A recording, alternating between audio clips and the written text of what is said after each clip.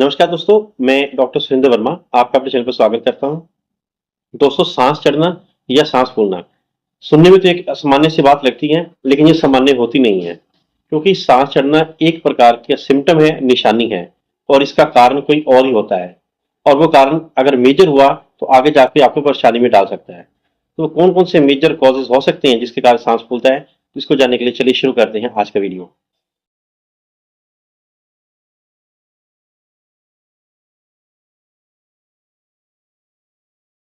दोस्तों, सांस फूलना या सांस चढ़ना, इसको मेडिकल भाषा में हम डिफिकल्टी इन ब्रीदिंग या डिस्निया बोलते हैं।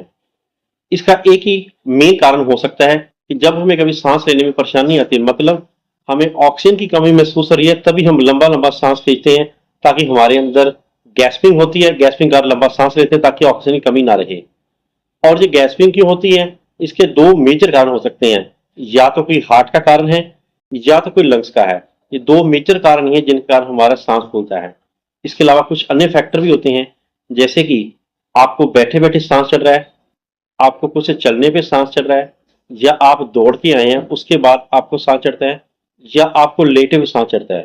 तो ये इसके कई प्रकार के स्टेजेस बोल सकते हैं, या इसके फैक्टर हैं जिसके कारण ये सांस फूलता है। और सबका अलग अलग इसके कारण हो सकते हैं और अलग अलग सबकी ट्रीटमेंट है। तो सबसे पहले बात करते हैं कि जो मेजर दो कारण होते हैं वो होते हैं, या तो ये हार्ट की डिजीज के कारण हो रहा है, हार्ट फेल के कारण हो रहा है, या ये किसी लंग्स की यानी फेफड़ों की बीमारी के कारण हो सकता है।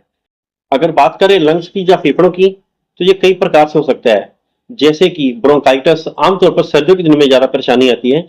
ब्रोंकाइटिस है, या एल्वोलाइटिस है, या निमोनिया है।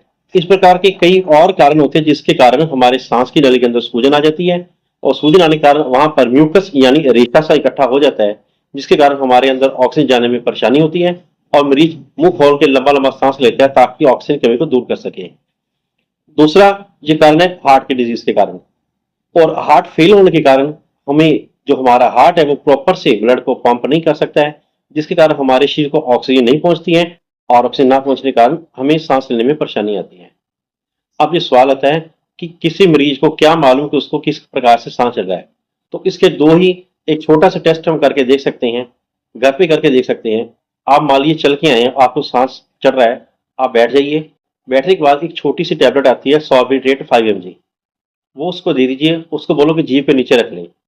अगर जीभ पे नीचे रखने से 1-2 मिनट के अंदर उसको लगे कि उसको रिलीफ मिल रहा है, उसको राहत मिल रही है, तो ये हार्ट डिजीज के कारण हो सकता है। और अगर इसके कारण नहीं है तो उसको हो सकता है कि लंग्स के कारण हो। उसके लिए भी छोटा सा उपाय है कि आप पफ, आप देखा होगा कि जैसे पंप होते हैं, इनहेलर होते हैं, पफ होते हैं, इनको आप ले लीजिए और इसको जैसे रेस्टिंग पोजीशन में आराम से कुर्सी बैठ के उसको लीजिए। अगर उसको लेने से 1-2 मिनट के अंदर आपको अगर राहत लगती है तो ये आपके लंग्स की डिजीज के कारण है। तो इस तरह से आप ये डिफ्रेंशिएट कर सकते हैं कि आपको जो सांस जो चढ़ रहा है वो लंग्स की डिजीज के कारण है या हार्ट के कारण।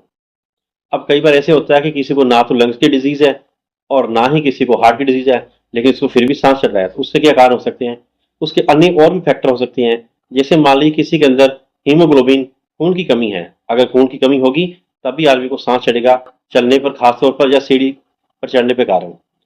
और इस तरह से अगर हीमोग्लोबिन की कमी होगी तो हीमोग्लोबिन हमारे शरीर के अंदर ऑक्सीजन को कैरी करता है। तो अगर हीमोग्लोबिन की कमी होगी तो हमें सांस लेने में परेशानी आएगी या हमारा सांस फूलेगा। इसके अलावा अगर आप ओवरवेट हैं, आपका पेट बहुत फूला हुआ है, तो तब भी आपको सांस चढ़ सकता है। तो मोटापा भी इसका एक अन्य कारण है जिसके कारण हम सांस चढ़ सकता है। तो दोस्तों, ये थे कुछ एक महत्व मेजर दो फैक्टर है जिसके कारण हमें पता चल सकता है कि हमारा जो सांस है वो क्यों चढ़ रहा है। आशा करता हूँ ये एक विस्तार से जानकारी आपको अच्छी लगी होगी। अगर जानकारी अच्छी लगे तो मेरे इस वीडियो को लाइक करें, शेयर करें और चैनल को सब्सक्राइब करें। Thank you.